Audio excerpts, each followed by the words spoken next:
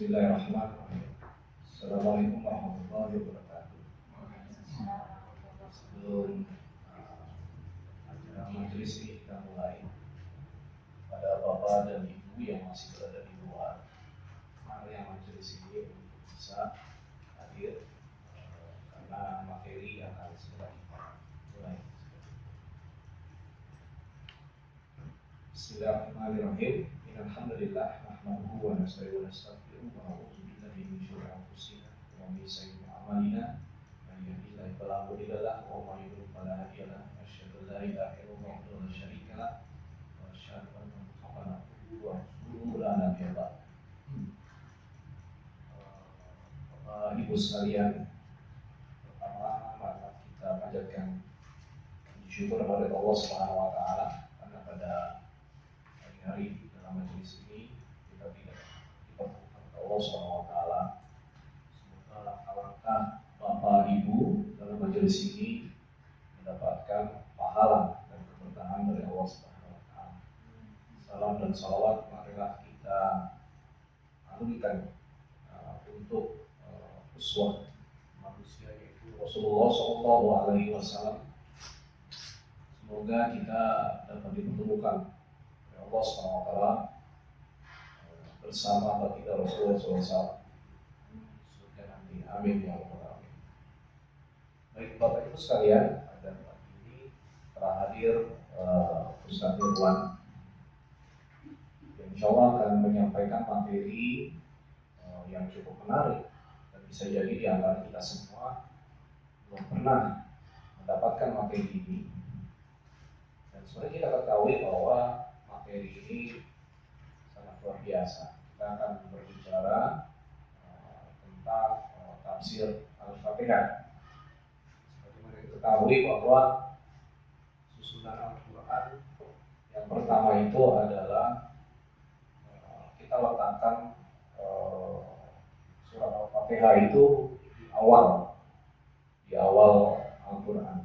Padahal kalau misalnya Allah menyusun turunnya ayat Al-Quran yang pertama adalah Iqra, kemudian yang terakhir yang surat Al-Maidah ya Pak. Baik, untuk mempersingkat waktu, marilah kita dengarkan paparan dari Ustaz Irwan terkait tafsir surat Al-Fatihah. Kepada Ustaz Irwan, Bismillahirrahmanirrahim. Assalamualaikum warahmatullahi wabarakatuh. Alhamdulillah wassalatu wassalamu ala Rasulillah wa ala alihi wa sahbihi wa mawala wa la haula wa la quwwata illa billah. Allahumma shalli ala Muhammad wa ala ali Muhammad. Allahumma anfa'na bima 'allamtana wa 'allimna ma yanfa'una warzuqna 'uluman tanfa'una wa zidna 'ilma. Bapak Ibu sekalian yang saya hormati dan yang dirahmati Allah, alhamdulillah pagi ini kita bisa hadir sesuai dengan apa yang sudah diagendakan. Dan alhamdulillah kita berada dalam kondisi sehat walafiat. Rasulullah SAW bersabda dalam satu hadisnya, "Ni'matani maghbunun fihima katsirun minan nas, as-sihhatu wal faragh." Ada dua bentuk nikmat yang banyak manusia melalaikannya. Pertama adalah nikmat sehat. Yang kedua adalah nikmat sempat atau waktu luang. Alhamdulillah di pagi hari ini kita bisa berkat taufik dari Allah Subhanahu wa taala memanfaatkan dua bentuk nikmat itu dalam rangka ketaatan kepadanya, dalam rangka thalabul ilmi. Dan itulah syukur dalam arti yang sebenarnya. Syukur tidak cukup hanya mengucapkan alhamdulillah, sebagaimana zikir pagi yang kita ungkapkan, asbahna wa asmalulillah, Allahumma ma asbahal bi min ni'matin aw bi ahadin min khalqika fa minka wahdaka la syarika lak falakal hamdu wa lakal syukur. Itu adalah bentuk ungkapan syukur yang luar biasa dari kita semua.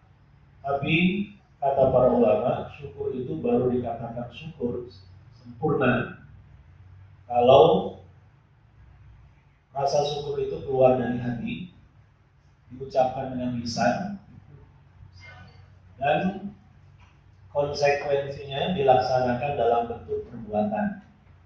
Jadi syukur mencakup 3 hal: amalan hati, amal lisan, juga amalan perbuatan.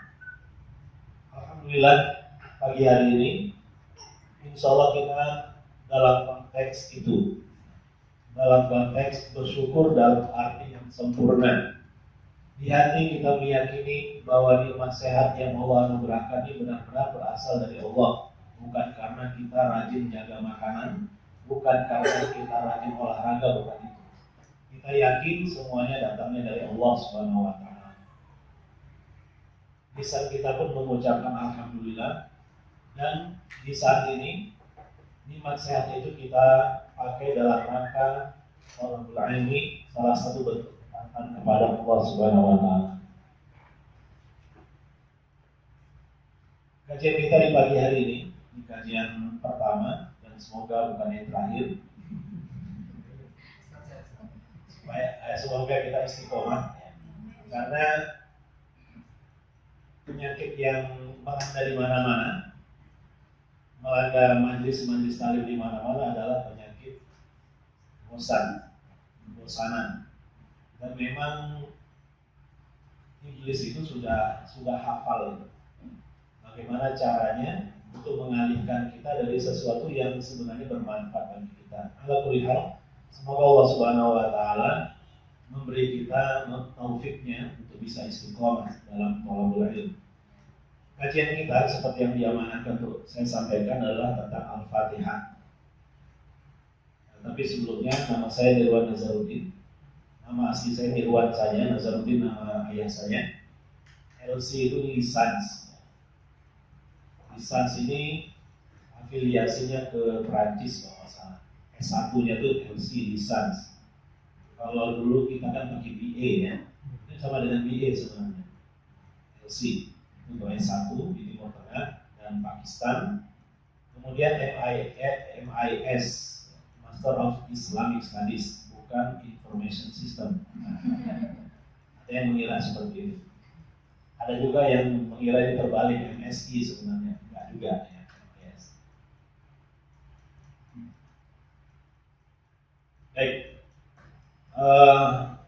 Lupa saya sampaikan, saya sebenarnya hari ini ada agenda dadakan di Sehat.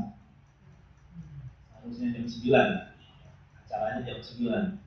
Tapi ya mungkin saya baru jam 9-an dari sini insyaallah.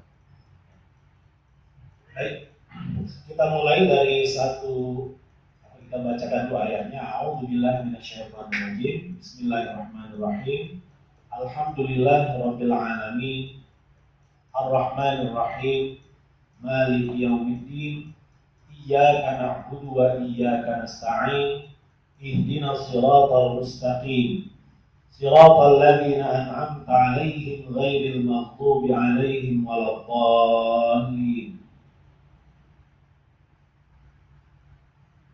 Lebih kurang cara membaca surat Al-Fatihah itu adalah seperti itu. Juga di dalam sholat, diputus-putus, tidak disambung apalagi dengan satu nafas. Dari Abu Hurairah radhiyallahu anhu dari Rasulullah sallallahu alaihi wasallam, yaqulullahu ta'ala. Jadi ini hadis qudsi, firman Allah yang diceritakan oleh Rasulullah sallallahu alaihi wasallam. Allah Subhanahu wa taala berfirman, "Qasamtu sholata baini wa baina 'abdi nisfaini." Aku telah membagi as-salat. Salat ini maksudnya adalah surat Al-Fatihah. Jadi nama lain dari surat Al-Fatihah adalah as-salat. Aku telah membagi Al-Fatihah antara diriku dan antara hambaku menjadi 2 bagian.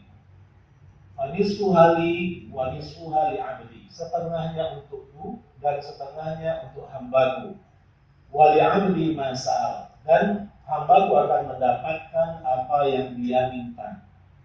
Idza qala al-'abdu, kalau hambaku mengatakan alhamdulillahirabbil alamin, qala, Allah akan menjawab hamidani abdi, hambaku sedang memujiku. Wa idza qala ar-rahmanir rahim, qala afda 'alaihi abdi.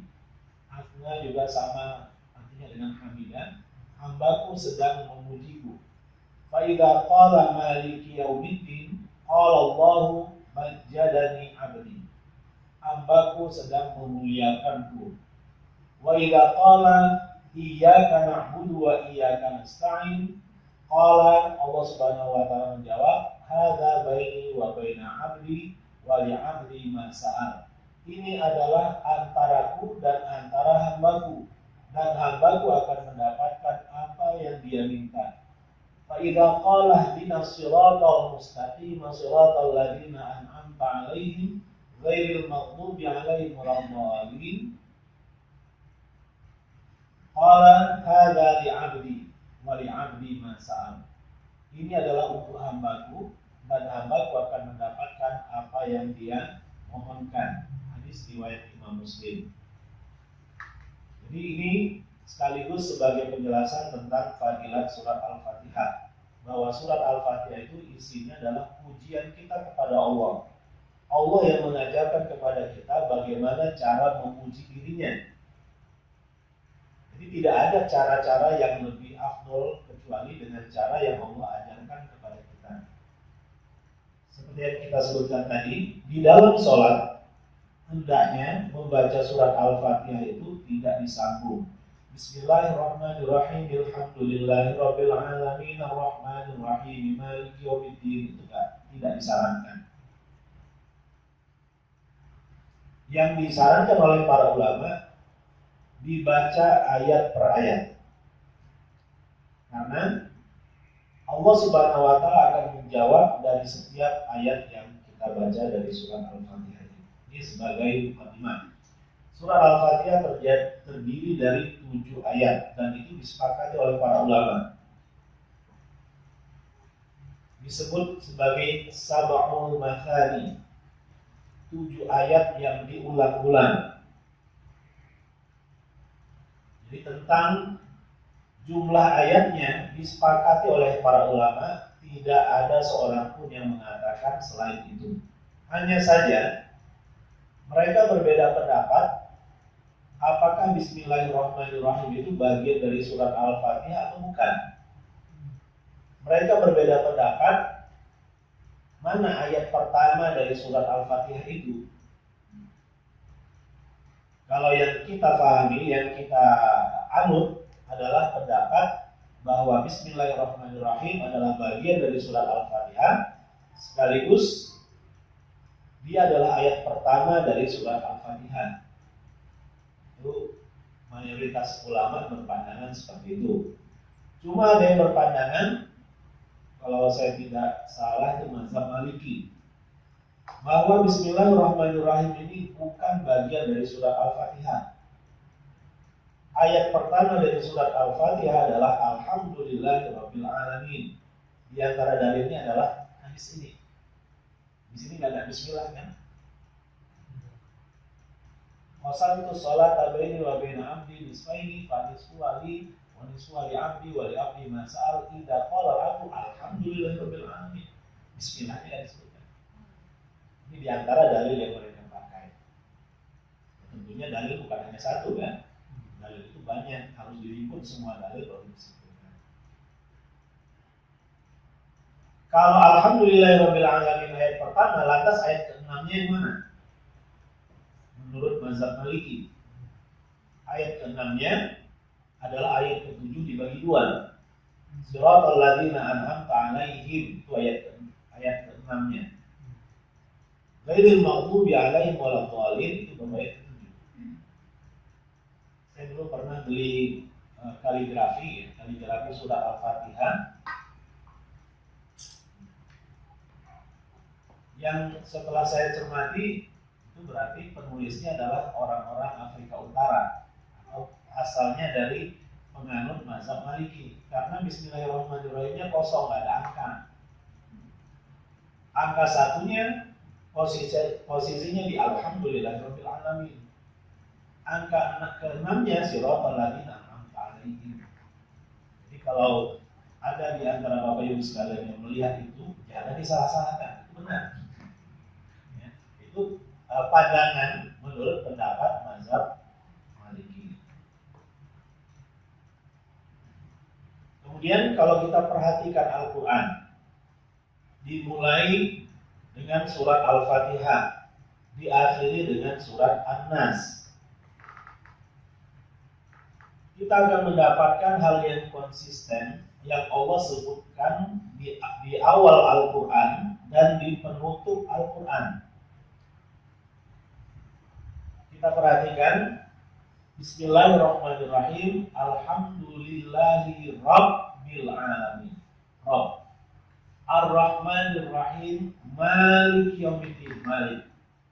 Iyyaka na'budu wa iyyaka nasta'in. Jadi di awal Al-Quran Allah menyinggung tentang 3 jenis tauhid. Pertama adalah tauhid rububiyah, Alhamdulillahi Rabbil Alamin, pemilik alam semesta. Ar-Rahmanir-Rahim, Maliki Yaumiddin, yang menjadi raja, penguasa di hari kemudian, di hari pembalasan. Di sini tauhid mulkiyah. Iyyaka na'budu wa iyyaka nasta'in. Para ulama menyimpulkan di sini ada jenis tauhid yang ketiga, yaitu tauhid uluhiyah. Jadi rububiyah, mulkiyah, dan uluhiyah. Itu kita temukan di pembuka Al-Quran.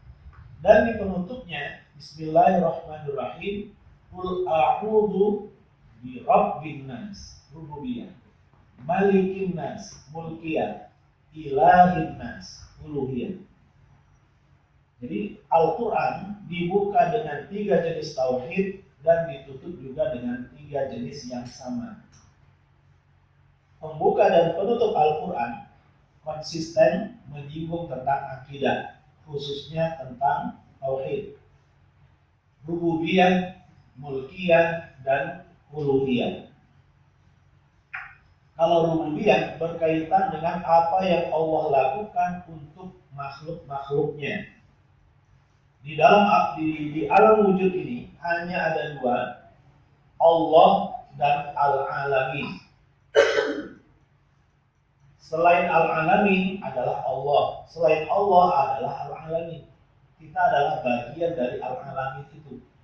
Al-Alamin artinya alam semesta, bumi, planet, matahari, dan seterusnya, termasuk isi dari bumi itu masuk bagian dari Al-Alamin. Nah, selain Al-Alamin adalah Allah Subhanahu wa Ta'ala. Alhamdulillahi Rabbil Alamin. Allah yang menguasai, yang memiliki, yang memelihara alam semesta. Jadi rububiyah berkaitan dengan sifat Allah yang berkaitan dengan apa yang Dia lakukan untuk ciptaan-ciptaannya. Dialah yang mengelola, Dialah yang menciptakan, Dia yang memberi rezeki, Dia yang menurunkan hujan, Dia yang menentukan jodoh, Dia yang menghidupkan, Dia yang mematikan, dan seterusnya. Yang berkaitan dengan pengelolaan alam semesta itu berkaitan dengan sifat rububiyah. Lawannya, bukan lawannya ya, yang mirip dengan rububiyah adalah uluhiyah. Apa beda Rabb dengan ilah? Kalau bahasa Indonesianya itu juga. La ilaha illallah, tiada Tuhan selain Allah. Ilah diartikan Tuhan. Alhamdulillahi Rabbil Alamin. Rabb, segala puji bagi Allah, Tuhan semesta alam. Jadi Rabb artinya Tuhan, ilah juga artinya Tuhan. Menandakan bahasa Indonesia memang miskin kosakata. Dan bahasa Arab terlalu susah untuk kita carikan kosakata yang pas untuk menerjemahkannya. Karena bahasa Arab itu bahasa yang paling kaya akan kosakata dari seluruh bahasa yang ada di dunia ini. Yang paling kaya adalah bahasa Arab. Unta dalam bahasa Arab itu bisa diungkapkan dalam 200 kata. Yang bahasa Indonesia-nya nggak ada lain kecuali unta. Ibil artinya unta, Jamal artinya unta, Ba'ir unta juga, Naqah unta juga. Jadi nggak ada kata lain yang bisa kita pakai untuk menerjemahkan kata-kata itu kecuali satu kata, unta. Jadi Rabb dan ilah di Indonesia kan sama, padahal dia beda. Kalau Rabb berkaitan dengan apa yang Allah lakukan kepada ciptaan-ciptaannya, kalau ilah sebaliknya, apa yang seharusnya dilakukan oleh ciptaan-ciptaannya kepada Allah Subhanahu wa taala. Feedbacknya. Ketika Allah sudah menciptakan seluruh fasilitas yang kita butuhkan dalam kehidupan ini, hendaknya kitanya hanya menyembah Allah saja. Hanya meyakini Allah sebagai ilah kita. Jadi Rob, apa yang Allah lakukan kepada makhluknya, kalau ilah, apa yang seharusnya dilakukan oleh makhluk untuk Allah. Orang-orang kafir Quraisy mengakui Allah sebagai Rob. Kalau ditanya kepada mereka, saya akan menurunkan hujan, jawabannya Allah. Siapa yang menghidupkan? Allah. Mereka ngerti. Yang mereka tidak mau yakini adalah kalau mereka harus menyembah Allah, itu saja. Artinya orang-orang kafir sekarang ini lebih kafir dari orang-orang Quraisy dulu. Orang Quraisy masih menganggap Allah sebagai Rabb.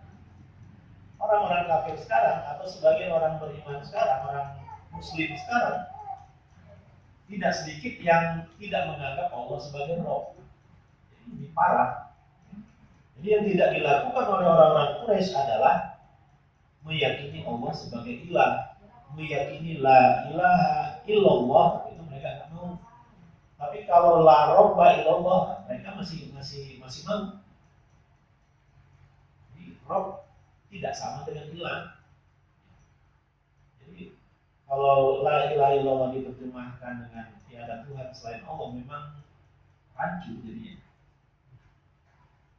Lebih enak, lebih pas kita pakai aja kata aslinya, tiada ilah selain Allah. Itu lebih pas, karena tidak ada. Jabarannya itu akan panjang lebar untuk menjelaskan ilah itu apa maksudnya. Sedangkan tauhid mulkiyah berkaitan dengan kekuasaan, bahwa yang berkuasa di dalam kehidupan ini adalah Allah, bahwa yang hukumnya hendaknya diterapkan seharusnya adalah hukum Allah, bukan hukum yang kita buat sendiri. Jadi tauhid mulkiyah ini yang paling ditakuti oleh para penguasa. Kasarnya, yang berhukum kepada selain hukum Allah itu kafir, zalim, musyrik. Tegasnya ya. Jadi jenis yang kedua ini yang paling tidak disenangi oleh para penguasa. Nah, dari kenyataan itu bahwa pembuka Al-Quran berkaitan dengan tiga jenis tauhid, begitu juga dengan penutup Al-Quran surat An-Nas, kesimpulan kita, akidah, tauhid adalah merupakan bagian dari akidah, harus tetap bernuansa dalam kehidupan umat Islam, baik dalam kehidupan individu maupun dalam kehidupan bermasyarakat. Inilah yang dimaksud dengan tadabbur. Ketika kita mendapatkan komposisi yang seperti itu, pembukanya Al-Fatihah, penutupnya An-Nas, ayatnya bercerita tentang tiga jenis tauhid tadi dan jenisnya juga sama. Kesimpulan kita, saat surat Al-Fatihah selalu kita baca minimal sehari 17 kali, berarti akidah atau tauhid harus tetap bernuansa, harus mewarnai setiap aktivitas kita sehari-hari, baik dalam kehidupan pribadi, kehidupan keluarga, maupun kehidupan bermasyarakat dan bernegara. Seharusnya yang mewarnai benak kita dan aktivitas kita adalah nilai-nilai tauhid ini. Tapi justru itulah yang banyak diabaikan. Sayyid Hawa rahimahullah dalam kitab Al-Asas fi Tafsir atau Tafsir Al-Asas, ini kitab tafsir, ketika beliau menafsirkan surah Al-Fatihah, beliau bagi menjadi 3. Ayat 1 sampai 4 ini ceritanya tentang akidah. Ayat kelima ceritanya tentang ibadah, dan ayat 6 dan 7 ceritanya tentang manhajul hayat, sistem kehidupan. Kalau pertama dan kedua ini mungkin kita sudah ngerti lah. Tapi istilah yang mungkin baru bagi kita adalah manhajul hayat, sistem kehidupan. Ini hal yang baru, istilah baru itu. istilah baru sekaligus istilah yang juga tidak disenangi oleh para penguasa. Kalau akidah mungkin tidak usah kita ulas secara panjang lebar, ini saya kira sudah sering kita dengarkan ulasan tentang akidah. Dengan nama Allah yang Maha Pengasih dan lagi Maha Penyayang, segala puji hanya milik Allah, Rabb semesta alam, yang Maha Pengasih lagi Maha Penyayang, yang menguasai hari pembalasan. Jadi dengan Asmaul Husna, sifat-sifat dan nama-nama Allah yang baik ada di terangkum di sini. Jadi itu berkaitan dengan akidah. Allah Subhanahu wa taala menekankan kepada kita tentang sifat-sifatnya dan nama-nama yang baik.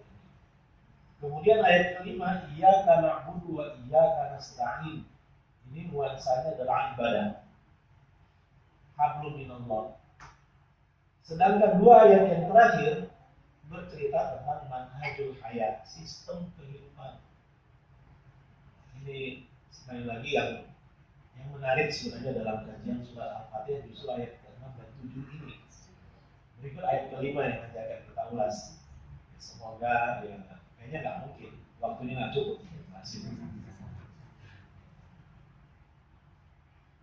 Nah, surat Al-Fatihah pun ternyata mengajarkan kita tentang adab berdoa. Kita perhatikan struktur ayatnya.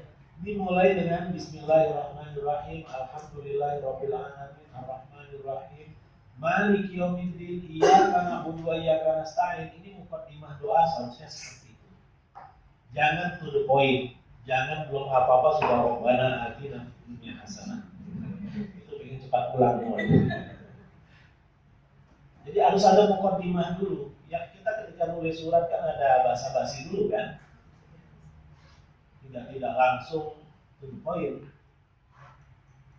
Tapi kalau orang Arab memang biasanya kalau surat itu to the point memang. Jadi dia nggak mau terlalu banyak basa-basi kalau surat ya.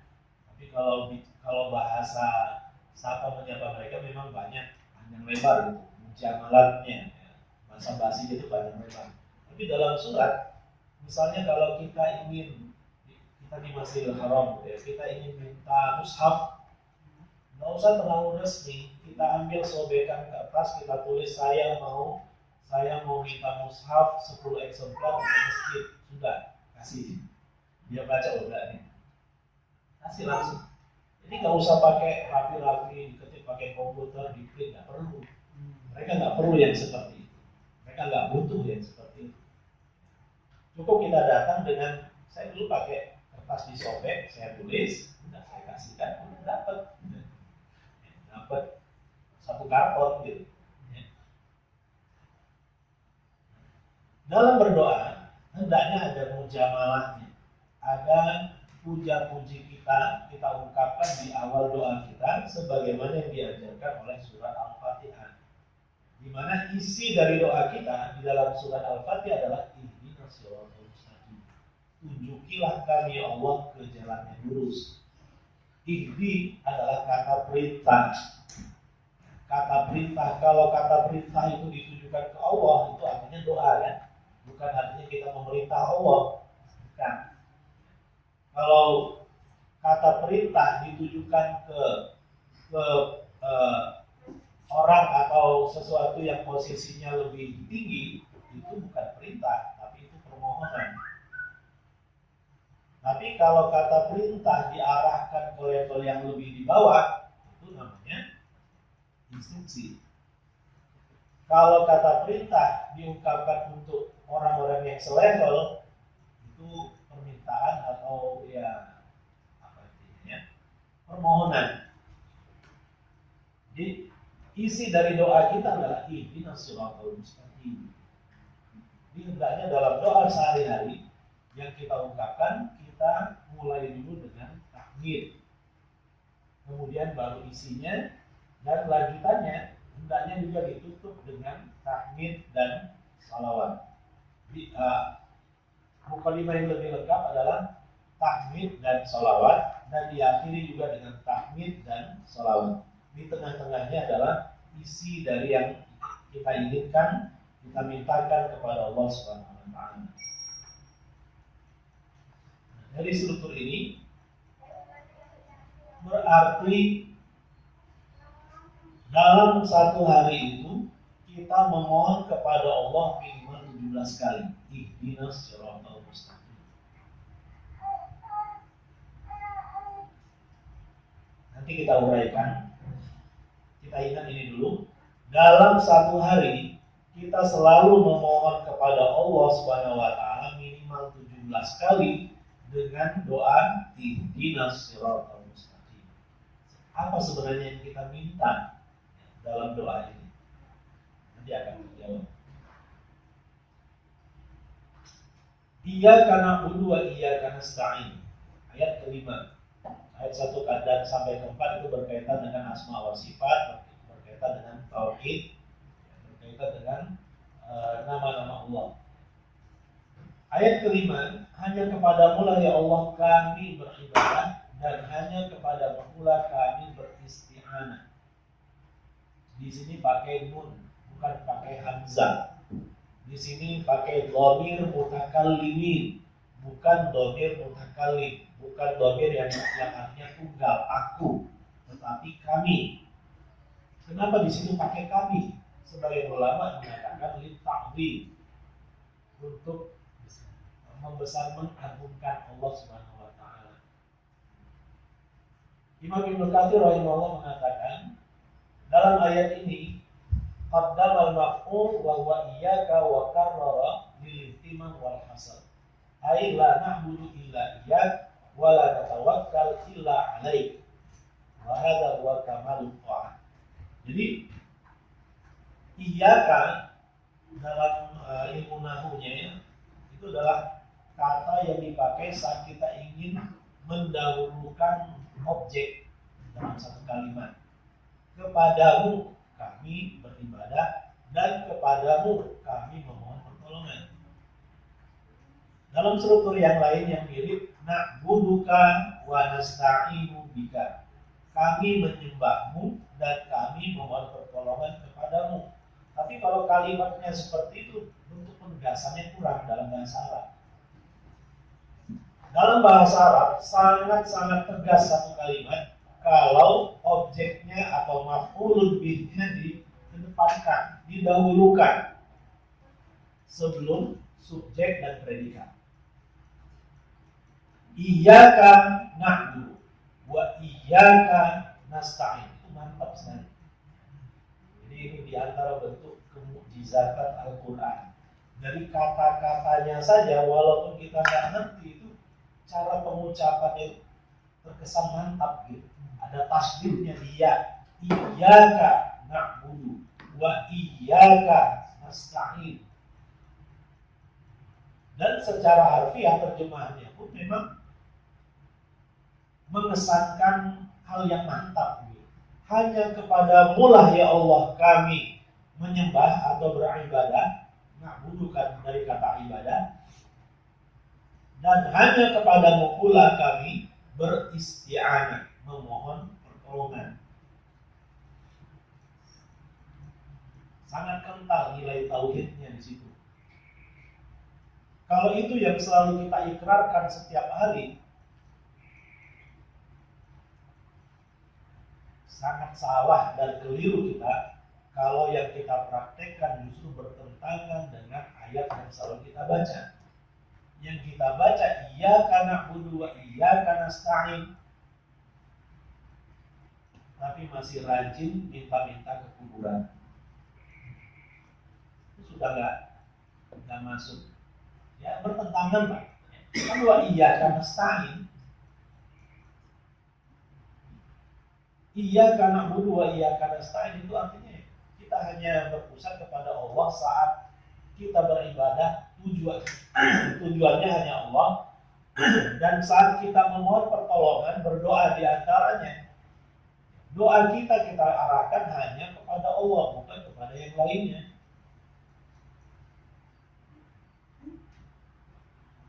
Dalam praktek ya, sebagian yang masyarakat yang pernah saya amati ya Rasulullah, berikanlah kami syafaatmu di hari kiamat. Kira-kira ada komentar nggak tentang ungkapan doa ini? Ada yang aneh nggak? Ya Rasulullah, berikanlah kami syafaatmu di hari kiamat. Kira-kira ada yang aneh nggak? Mana? Ya. Rasulullah SAW bukan tujuan doa. Kita nggak boleh meminta ke Rasulullah, itu nggak boleh. Rasulullah SAW walaupun beliau Rasul dia sudah wafat. Kita tidak boleh minta-minta ke Rasulullah, nggak boleh. Beliau makhluk. Iyyaka na'budu wa iyyaka nasta'in mewajibkan kita kalau kita ingin sesuatu mintanya ke Allah. Ya Allah, berikanlah kami syafaat Rasulmu. Baru yang benar. Kalau ya Rasulullah, berikanlah kami syafaatmu, itu enggak bertentangan dengan ayat iyyaka na'budu wa iyyaka nasta'in.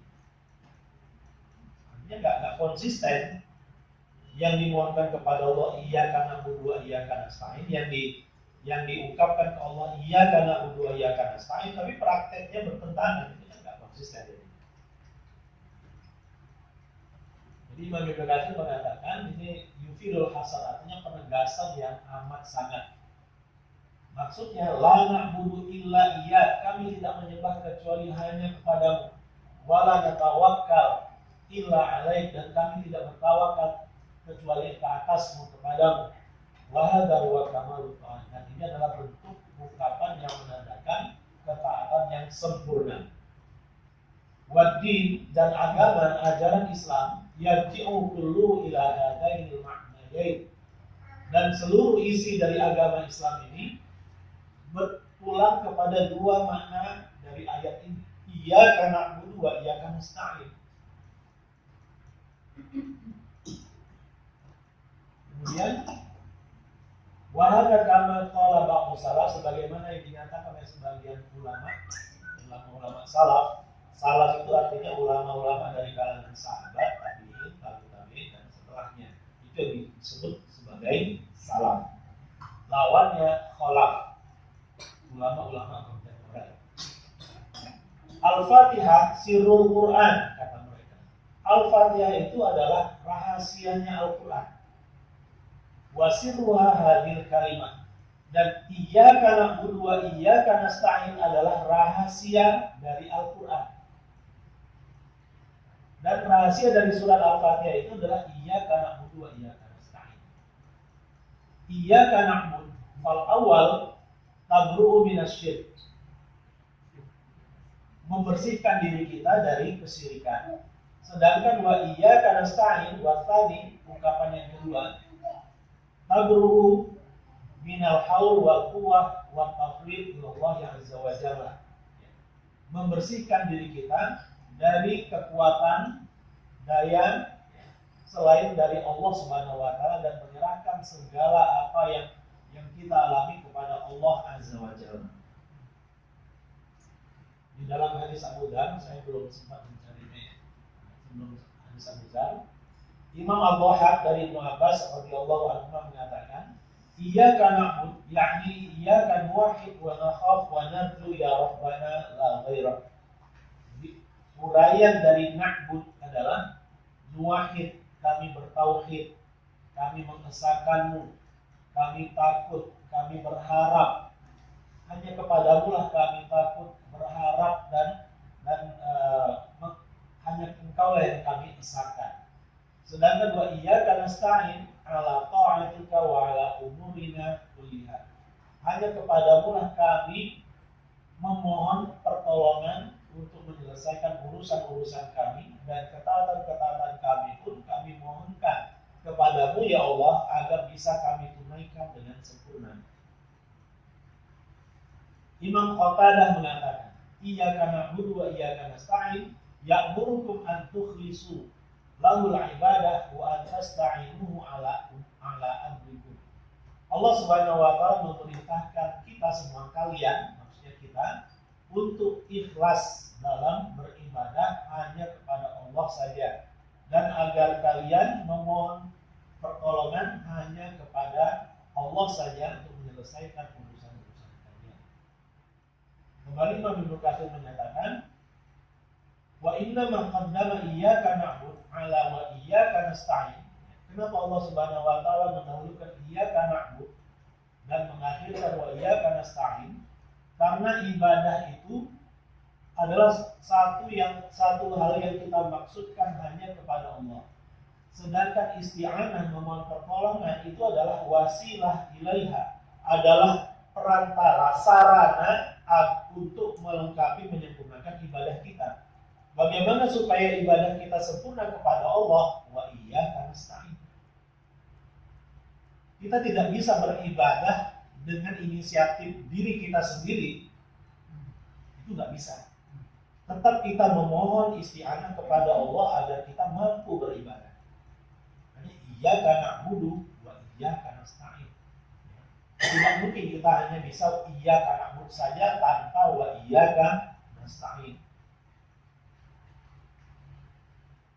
Dalam zikir harian kita setelah setiap sholat biasanya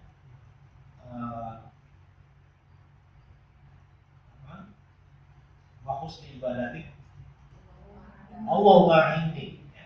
Allahumma inni ala dzikrika wa syukrika wa husni ibadatik. Ya Allah, a'inni, tolonglah aku ala dzikrika, untuk bisa selalu senantiasa mengingatmu, mensyukuri nikmatmu, wa syukrika wa husni ibadatik, dan agar dapat menunaikan ibadah dengan baik kepadamu. Jadi pakai a'inni. Kenapa? Karena kita tidak bisa berinisiatif sendiri untuk beribadah tanpa pertolongan dan bantuan dari Allah Subhanahu wa taala. Lengkap, iyyaka na'budu harus dibarengi dengan wa iyyaka nasta'in. Nah, dalam hadis Abu Dzar Al-Ghifari radhiyallahu anhu disebutkan bahwa Allah Subhanahu wa taala pernah menurunkan 104 kitab suci dan suhuf. 4 kitab suci dan 100 lembaran-lembaran suci. Dari 104 kitab suci dan lembaran suci itu, Allah himpun hikmah-hikmahnya di 4 kitab suci. Artinya yang ada di 100 lembaran suci yang Allah berikan di antaranya kepada Nabi Musa, kepada Nabi Ibrahim, kepada Nabi Syekh, satu lagi saya lupa Nabi siapa. Karena Allah berikan suhuf itu, semua isi suhuf itu sudah ada di dalam 4 kitab suci, Zabur, Injil, Taurat, dan Al-Quran. Kemudian dari 4 kitab suci yang ada, Allah himpun hikmahnya di 1 kitab suci, yaitu Al-Quran. Artinya yang ada di Zabur, Injil, dan Taurat semuanya sudah terangkum di dalam Al-Quran. Gak diperlukan lagi Zabur, Taurat, dan Injil itu, karena semua yang Allah inginkan sudah ada semuanya di dalam Al-Quran. Jadi kalau ada yang sekarang ini mencoba-coba untuk mempelajari ajaran Nabi Ibrahim gitu ya, di tangan ini ada yang katanya ingin mengikuti milah Ibrahim. Itu di dekat, kalau di Banjar di pinggiran Klaster Itali, di dekat di situ ada rawa. Di seberang rawa itu dulu pernah ada warganya yang menganut paham itu. Ketika kita datangi, ternyata dia belajar dari gurunya di Batu Ceper. Setelah lama berdialog, ternyata motivasinya sebenarnya bukan masalah itu. Motivasinya adalah ekonomi. Jadi bukan murni masalah keyakinan.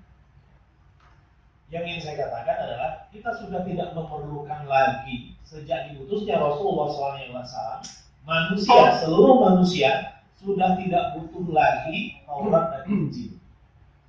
Karena semua pesan-pesan Allah ada di dalam Al-Quran. Untuk apa lagi? Kalau masih ingin merujuk ke Taurat ke Injil, sementara Taurat dan Injil sendiri nggak ada yang otentik sekarang, itu sudah istilahnya apa ya? Off to date itu. Yang update itu adalah Al-Quran. Kan isi dari kitab-kitab suci itu adalah apa yang Allah inginkan kepada manusia, ya. Pesan-pesan Allah kepada manusia itu yang terangkum di dalam kitab suci. Nah, Allah yang menyatakan bahwa firman-Nya itu sudah lengkap di dalam Al-Quran. Keinginan-keinginannya itu sudah ada di dalam Al-Quran. Nggak perlu lagi melirik ke Taurat dan Injil. Itu pesan Allah SWT yang disampaikan oleh Nabi Musa kepada kaumnya, oleh Nabi Isa kepada kaumnya, tapi kaumnya nggak mau dengar. Jadi dari 100 ke 4, dari 4 ke 1 yaitu Al-Quran, dari 4 kitab suci Allah himpun seluruh hikmahnya dalam satu kitab suci yaitu Al-Quran. Di dalam Al-Quran ada 114 surat.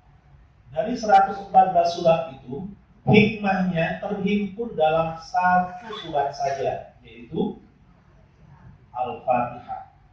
Makanya Al-Fatihah ini juga disebut sebagai Ummul Quran, induknya Al-Quran, dan diletakkannya juga di surat pertama dari 114 itu. Dalam tulisan ilmiah kita mengenal ada abstraknya atau abstraksi yang menceritakan dengan ringkas padat seluruh isi tulisan ilmiah itu. Di dalam Al-Quran, Al-Fatihah lah abstraksi. 7 ayat itu sudah merangkum seluruh apa yang difirmankan oleh Allah dari surat Al-Baqarah sampai surat An-Nas. Semuanya ada di dalam surat Al-Fatihah. Surat-surat yang lainnya adalah jabaran dari surat Al-Fatihah. Makanya ayat apapun yang kita ulas itu semuanya harus mengacu kepada surat Al-Fatihah. Atau pasti dia nyambung dengan surat atau bagian dari surat Al-Fatihah. Imam Ibnu Taimiyah rahimahullah mengatakan, iyyaka na'budu tadfa'ur riya wa iyyaka nasta'in tadfa'ul kibriya. Bahwa iyyaka na'budu, potongan ayat ini, hanya kepadamu lah ya Allah kami beribadah, tadfa'ur riya. Kalau konsisten kita amalkan konsekuensi dari iyyaka na'budu ini akan menghindarkan sifat riya dari diri kita. Karena iyyaka na'budu, hanya kepadamu lah ya Allah kami beribadah, bukan karena yang lain-lainnya. Wa iyyaka nasta'in, dan hanya kepadamu lah ya Allah kami memohon pertolongan. Tadfa'ul kibriya, akan menghindarkan diri kita. Kalau kita benar-benar konsisten meyakini dan mengharapkan wa iyyaka nasta'in, itu akan menghilangkan sifat kiber, sifat sombong dari diri kita. Dengan ungkapan wa iyyaka nasta'in, dengan demikian kita merasa diri kita ini lemah, tidak ada apa-apanya. Kita tidak merasa diri kita hebat, karena wa iyyaka nasta'in. Kalau mantap pemahaman kita, tadabbur kita tentang iyyaka na'budu wa iyyaka nasta'in, itu sudah isi dari seluruh Al-Quran. Tadi belum kita singgung ya. Baru sampai Al-Fatihah tadi ya. Dari 7 ayat dari surat Al-Fatihah, Allah himpun hikmahnya di satu ayat saja, yaitu iyyaka na'budu wa iyyaka nasta'in. Berarti iyyaka na'budu wa iyyaka nasta'in adalah inti dari apa yang Allah inginkan ke atas diri kita.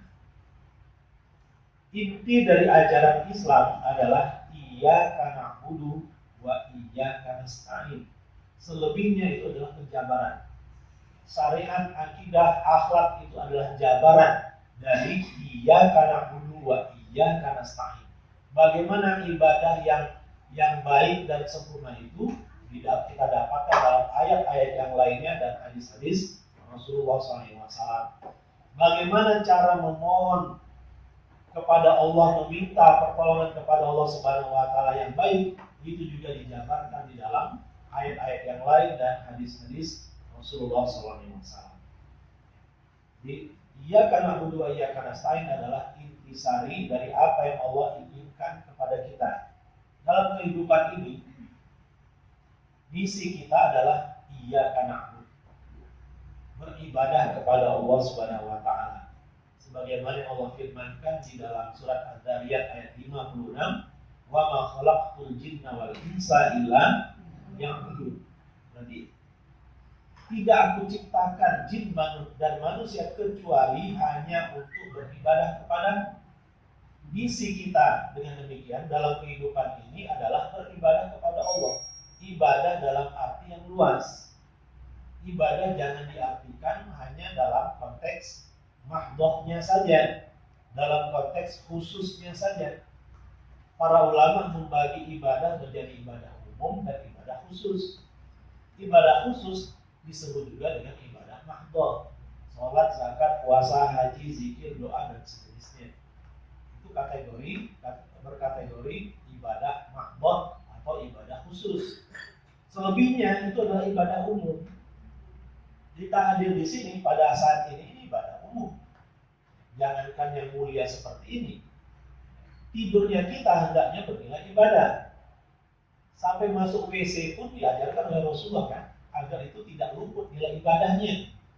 Kita baca doa ini, dahulukan kaki kiri, keluar baca doa, dahulukan kaki kanan. Kalau itu kita ikuti, bernilai ibadah jadinya. Jadi urusan pribadi saja itu bisa bernilai ibadah, apalagi urusan-urusan yang lebih besar. Urusan keluar masuk toilet saja diajarkan oleh Rasulullah SAW, apatah lagi dalam urusan bernegara.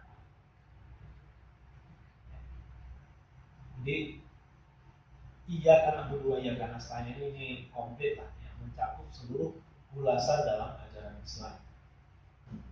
Ulasan lainnya, iyyaka na'budu wa iyyaka nasta'in, iyyaka na'bud, ikhlasul ibadah lillahi wahdah, wa iyyaka nasta'in, talabul isti'anah minallahi wahdah.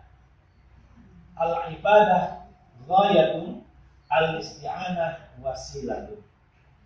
Jadi iyyaka na'bud ini adalah intinya adalah tentang mengikhlaskan ibadah kita hanya kepada Allah Subhanahu wa taala saja.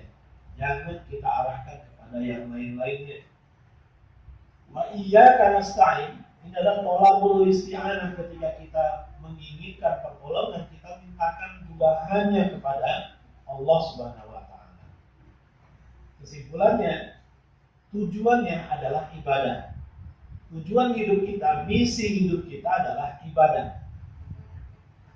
Yang untuk menuju ke ibadah itu kita perlu sarana. Sarananya, wasilahnya adalah al-isti'anah, memohon pertolongan pada Allah Subhanahu wa taala. Sebagaimana kita nyatakan tadi, kita tidak bisa dengan inisiatif sendiri beribadah dengan baik kepada Allah, nggak bisa. Konsepnya bukan seperti itu. Kalau kita ingin beribadah kepada Allah dengan baik dan benar, harus wa iyyaka nasta'in. Kita harus sering-sering memohon bimbingan dari Allah Subhanahu wa taala. Misalnya, Allahumma a'inni ala dzikrika wa syukrika wa husni ibadatik. Sebenarnya panjang ulasan iyyaka na'budu wa iyyaka nasta'in saja ya. Satu ayat ini panjang. Imam Ibnu Qayyim al-Jauziyah rahimahullah mengulas iyyaka na'budu wa iyyaka nasta'in ini butuh 3 jilid. Dalam satu cabang ilmu saja, yaitu akhlak. Bukan fikih, bukan akidah, akhlak saja. Beliau perlu 3 jilid untuk mengulasnya. Sementara kita di pagi hari ini cukup sekian. Iya, karena selain tadi lebih di situ. Ihdinas siratal mustaqim. Tunjukilah kami ya Allah ke jalan yang lurus. Itu secara harfiah. As-siratal mustaqim artinya jalan yang lurus. Spesifiknya apa jalan yang lurus itu? Pemahaman tentang ihdinas siratal mustaqim inilah yang mendasar dalam diri kita.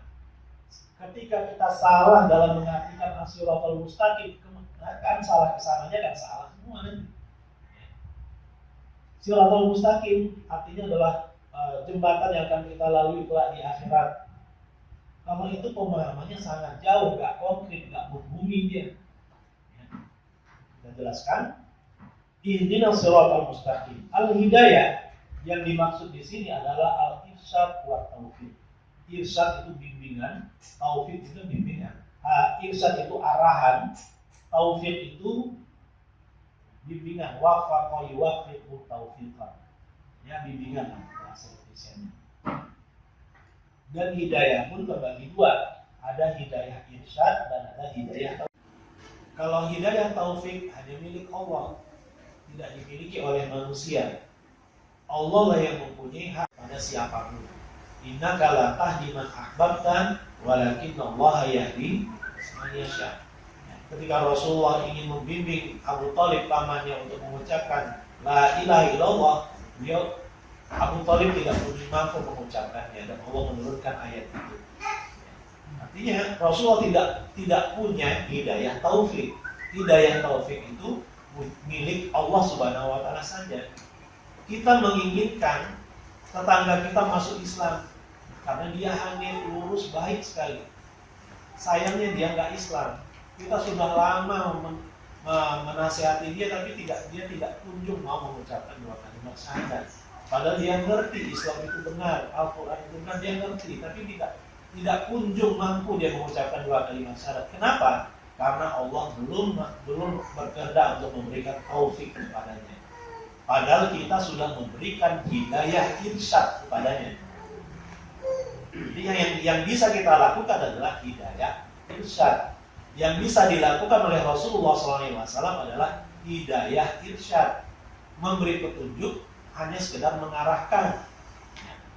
Untuk sampai ke dalam hati diperlukan hidayah taufik yang hanya dimiliki oleh Allah Subhanahu wa taala.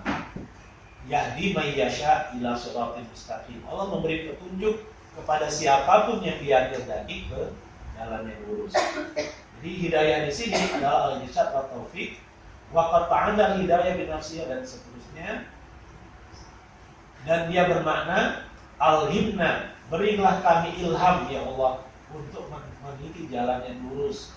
Awafiqna, berikanlah kami bimbinganmu ya Allah untuk bisa meniti jalan yang lurus. Awirzuqna, berikanlah kami karuniamu ya Allah untuk bisa meniti jalan yang lurus. A'tina, berikanlah kami ya Allah jalan yang lurus itu. Itulah arti ihdina dalam ungkapan ayat ini. As-siratal mustaqim diperselisihkan oleh para ulama tentang dari takbirnya, dari redaksi para ulama kita saat menafsirkan as-siratal mustaqim ini mereka berbeda-beda, tapi maksudnya cuma satu. Jadi mufassirin minas salaf wal khalaf mereka berbeda redaksi dalam mengungkapkan maksud dari as-siratal mustaqim.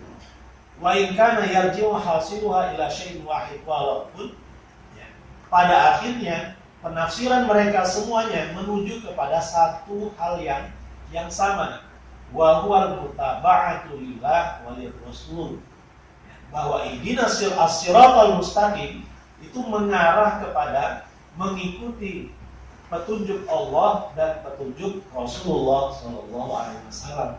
Jadi itulah yang dimaksud dengan as-siratal mustaqim.